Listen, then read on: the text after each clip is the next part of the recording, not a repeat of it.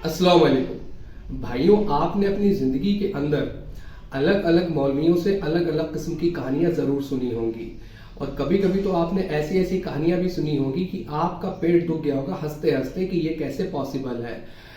آج میں کچھ ویڈیو آپ کو اسی طرح کی کہانیوں سے سنواتا ہوں کہ کس طرح مولوی جھوٹ بول کر اللہ کے محبوب بندوں کے نام پر آپ کو جھوٹی سچی کہانیاں وہ سناتے ہیں آ کے۔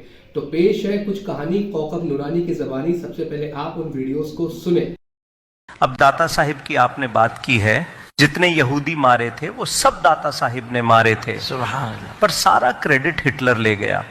چھوٹے آتے تھے فیض لینے کے لیے، سیدنا غوث اعظم رضی اللہ تعالیٰ عنہ بیان کرتے تھے، اور بیان کرتے کرتے آپ سب کو، بادشاہ ہو وہ، عام آدمی ہو وہ، علماء ہو وہ، آپ کا واعظ سننا تین طرح ہوتا تھا۔ پہلے آپ بیان فرماتے تھے شریعت، پھر آپ فرماتے تھے اب بیان کروں گا طریقت، پھر آپ فرماتے تھے اب بیان کروں گا حقیقت۔ جب آپ حقیقت کا بیان کرتے تھے لوگ کپڑے پھاڑتے تھے، ہو کر کے انتقال کر جاتے تھے۔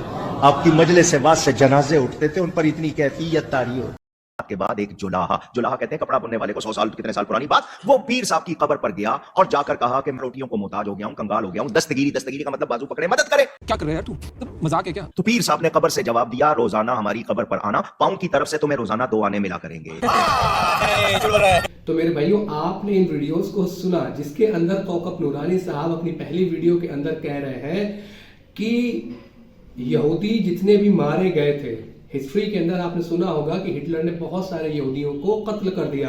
تو کوکب نورانی صاحب کہتے ہیں کہ جتنے بھی یہودی مارے گئے تھے وہ سارے کے سارے یہودی داتا صاحب نے مارے تھے۔ جی ہاں، صحیح سنا آپ نے، داتا صاحب نے مارے تھے، جن کی مزار لاہور پاکستان کے اندر بنی ہوئی ہے۔ اور آگے کوکب نورانی صاحب کہتے ہیں کہ وہ سارے یہودی داتا صاحب نے مارے تھے، لیکن کریڈٹ جو تھا وہ یہودی لے کر چلا گیا۔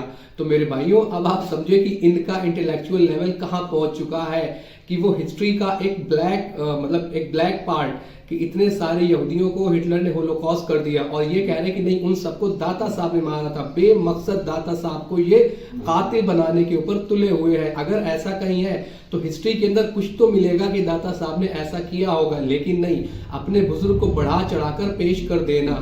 پھر دوسری ویڈیو آپ نے سنی جس کے اندر علامہ کوکب نورانی صاحب کہتے ہیں کہ ایک جلحہ تھا، یعنی کپڑے بننے والا، جو کہ بڑا غریب تھا، وہ ایک پیر صاحب کی مزار پہ گیا، بڑا پریشان تھا۔ تو پیر صاحب نے کہا کہ تو میری قبر سے آواز آ رہی پیر صاحب کی کہ تو میری قبر کے پاس روز آنا، تجھے میرے پاؤں کی طرف سے 2 آنے روز ملیں گے۔ یعنی پیر صاحب نے اس سے کہا، اس کپڑے بننے والے سے، کہ تو میری قبر پر روز حاضری دینا، تو میرے پاؤں کی طرف سے تجھے 2 آنے روز ملیں گے۔ میرے بھائیوں، اس لیول کی کہانیاں سنائی جا رہی ہیں آپ لوگوں کو۔ اب آپ سمجھیں کہ نبی پاک صلی اللہ علیہ وسلم کے وصال کے بعد اماں عائشہ لگ بھگ 45 سے 50 سال دنیا پر حیات رہیں، اور جو نبی پاک صلی اللہ علیہ وسلم کی آرام گاہ ہے اس کے درمیان بس ایک دیوار ہے، پھر اماں عائشہ کا حجرہ۔ کوئی ایک صحیح سند سے حدیث سنا دیں کہ کبھی بھی اماں عائشہ کو نبی پاک صلی اللہ علیہ وسلم کی آواز مبارک قبر سے سنائی دی ہو، اور یہاں بزرگ قبر کے اندر سے بول رہے ہیں۔ کوئی ایک حدیث دے دیں کہ سیدنا ابوبکر صدیق، حضرت عمر فاروق اعظم، عثمان غنی، مولا علی، ان جیسے لوگوں کو نبی پاک صلی اللہ علیہ وسلم کی آواز قبر سے باہر آ کر سنائی دی ہو۔ فاطمہ الزہرا جو 6 مہینے نبی پاک صلی اللہ علیہ وسلم کے وصال کے بعد حیات رہیں، اور 6 مہینے کنٹینیو روتی رہیں نبی پاک صلی اللہ علیہ وسلم کے غم میں، کیا انہیں نہیں پتا تھا کہ قبر کے باہر بیٹھ کر نبی پاک صلی اللہ علیہ وسلم سے وارتلاب کی جا سکتی، کنورزیشن ہو سکتی ہے؟ لیکن یہ ساری چیزیں ان لوگوں کو نہیں معلوم تھیں۔ یہ تو بعد میں چیزیں آئیں کہ بعد میں اتنے پاورفل لوگ ہوئے کہ جو قبر کے اندر سے بھی آواز لوگوں کو دے رہے ہیں۔ میرے بھائیوں، علامہ کوکب نورانی صاحب اتنے بڑے کہانی باز ہیں کہ جس کا کوئی بھی حساب نہیں ہے۔ انہوں نے اس لیول کی کہانیاں لوگوں کو سنائی ہوئی ہیں، اس لیول کی کہانیاں سنائی ہوئی ہیں کہ آپ حیرت میں پڑ جائیں گے کہ یہ کیسے پاسبل ہے۔ اور جو اینڈ پہ کہانی تھی، 30 نمبر کی کہانی، جس کے اندر کوکب نورانی صاحب نے تو شیخ عبد القادر جیلانی رحمۃ اللہ تعالی علیہ کی طرف اتنا بڑا جھوٹ منسوب کیا کہ جس کا کوئی حساب نہیں۔ انہوں نے کہا